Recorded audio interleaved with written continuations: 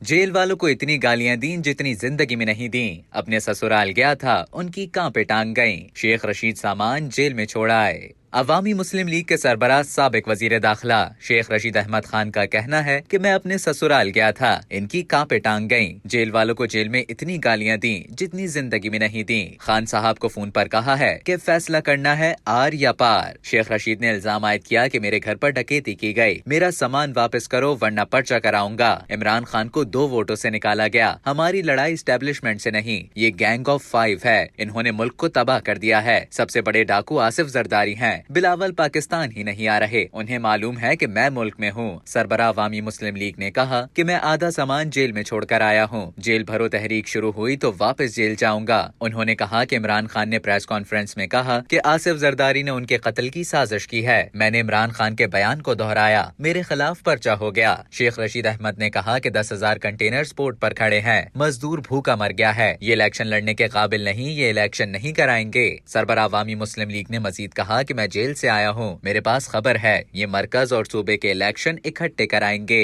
अब तक के लिए इतना ही। मजीद खबरों और न्यूज अपडेट्स के लिए डेली जंग के YouTube चैनल को सब्सक्राइब करें और Facebook के पेज को लाइक करना ना भूलें।